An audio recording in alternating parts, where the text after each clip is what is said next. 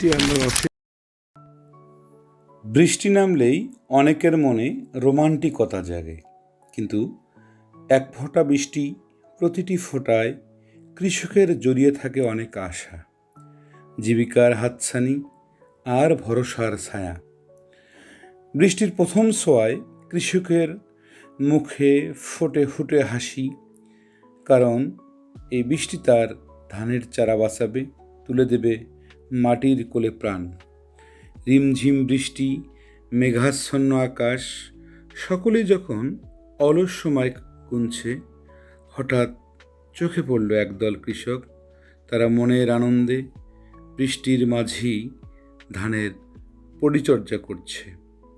ক্লান্তিহীন প্রফুল্ল মন, তাদের অনুভূতি শুনে আমি নিজেও আবেগ আপ্লুত হলাম। খুব ইচ্ছে করলো তাদের একজন খামারি তার সঙ্গে কথা বলার জন্য। শুনলাম অনেক অনুভূতির কথা। বৃষ্টি হচ্ছে, জমিতে কাজ করছেন কি ধান রোপণ করার জন্য? জি, কেমন লাগছে এই বৃষ্টি? বৃষ্টি ভালো লাগছে।